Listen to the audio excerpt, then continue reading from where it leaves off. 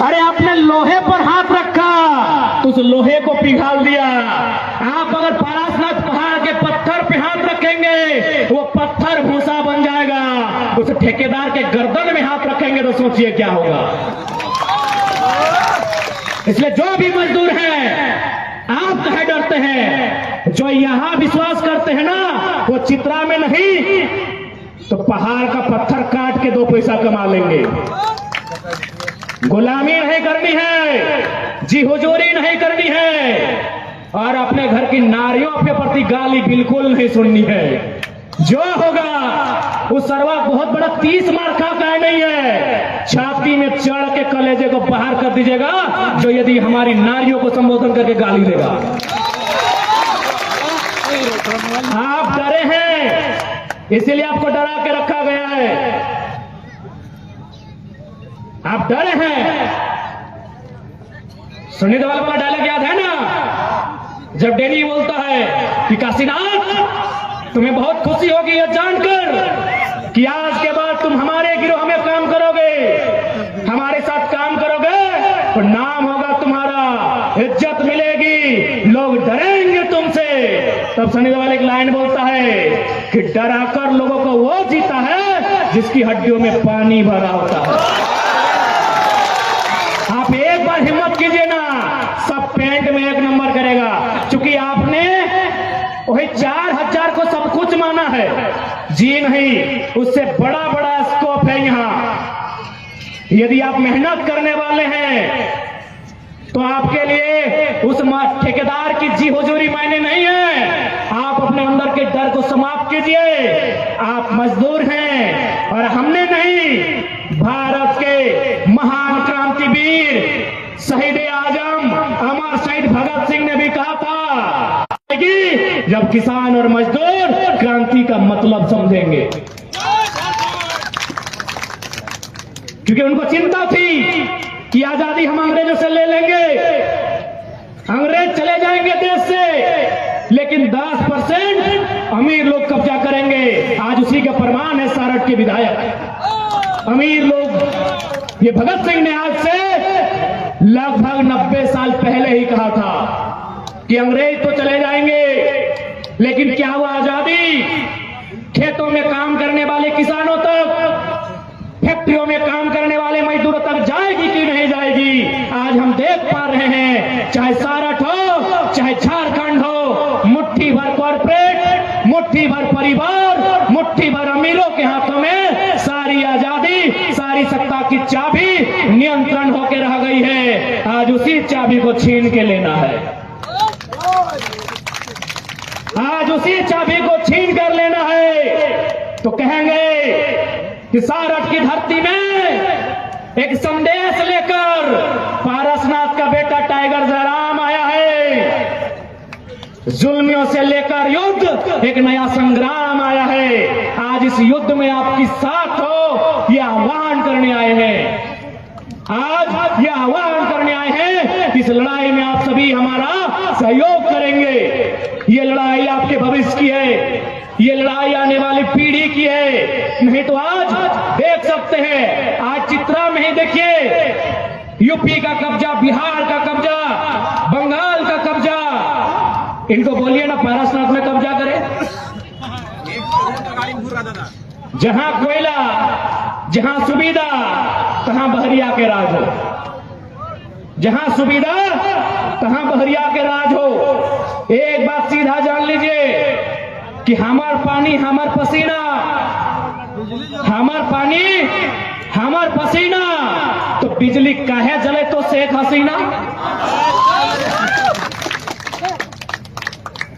बांग्लादेश की प्रधानमंत्री का नाम है शेख हसीना, वो बिजली काहे जलेंगी?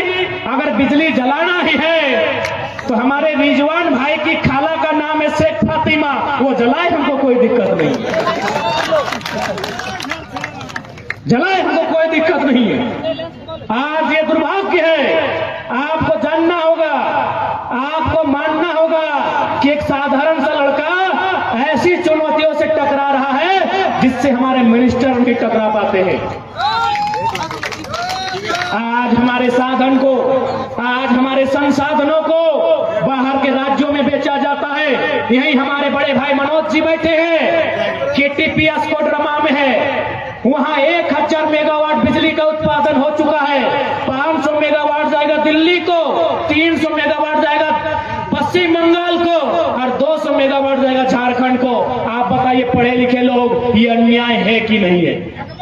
क्योंकि बोलने वाला कोई नहीं। आज क्या बात है कि एक साधारण सा लड़का, उसके पीछे झारखंड खड़ा है, क्योंकि उस साधारण से लड़के ने झारखंड में इतनी चोरियां थी, उसको एक एक करके गिनाया है, एक एक करके आसान शब्दों में समझाया है।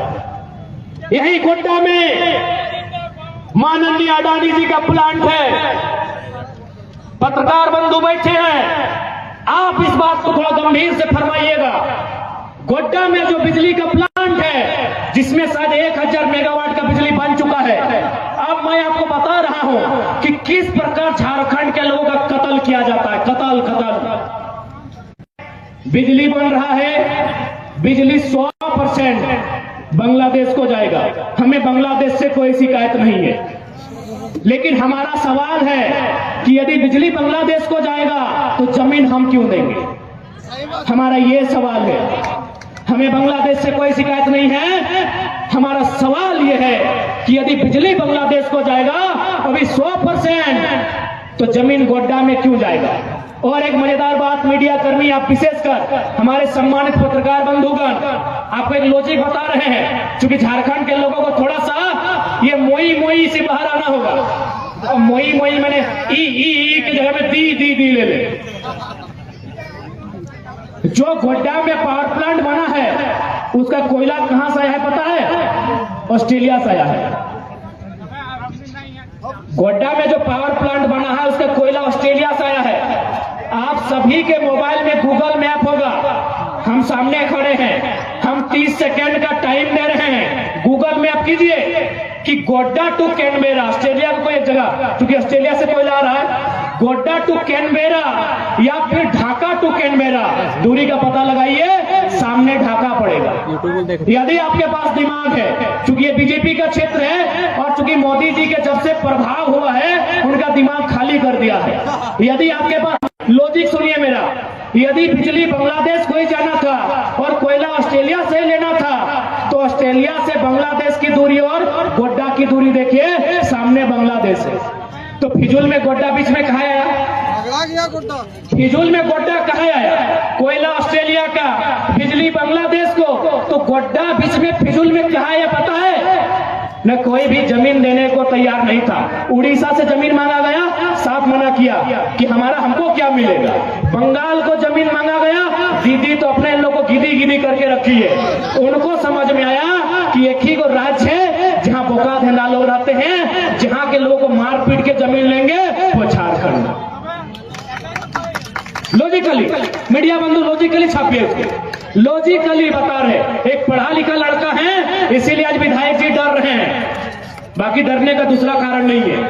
यदि बिजली बांग्लादेश को ही जाना था, कोयला ऑस्ट्रेलिया से ही लाना था, तो ढाका में जमीन लेते। कोयला ऑस्ट्रेलिया का, ढाका में प्रोडक्शन होता, बिजली बांग्लादेश को। गोड्डा क्यों आए? मेरा पहला सवाल है, आप गोड्डा क्यों आए? गोड्डा हमको रीजन बताइए। कौन ये सवाल करेगा? क्योंकि आज इंडिया माने अडानी और अडानी माने इंडिया, इसीलिए सब चुप रहता है। आप भी पढ़े लिखे पुलिसकर्मी भाई लोग हैं, क्योंकि आंदोलनकारियों से कभी कभी गुस्सा हो जाते हैं। आप ही बताइए, गोड्डा कहाँ है अडानी जी? बिजली बांग्लादेश को, कोयला ऑस्ट्रेलिया का, तो गोड्डा घास हिलने आए हैं क्या? भैया बुरा मत मानेगा, आप लोग भी थोड़ा सा लॉजिक देखिए। काहे पता है? झारखंड यहाँ इंसान नहीं, यहाँ पशु रहते हैं। इनको मार के, पीट के, गला काट के, इनकी जमीनों को लूट लीजिए, इनकी रोटियों को छीन लीजिए, ये लोग कुछ नहीं कहेंगे। तो अब उस पाप में मत रहिएगा।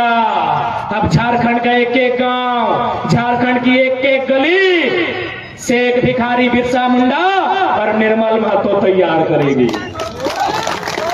अब उस पाप में मत रहिएगा। यहाँ का एक एक गांव टिके तुम राव, तिलका मांझी और विनोद बिहारी महतो तैयार करेगा। उस ख्वाब में मत रहिए। इस माटी में अंग्रेजों की परिपाटी को भी बदलने का काम किया था, ये वही झारखंड की राड़ माटी है। इस बात को याद रखिएगा।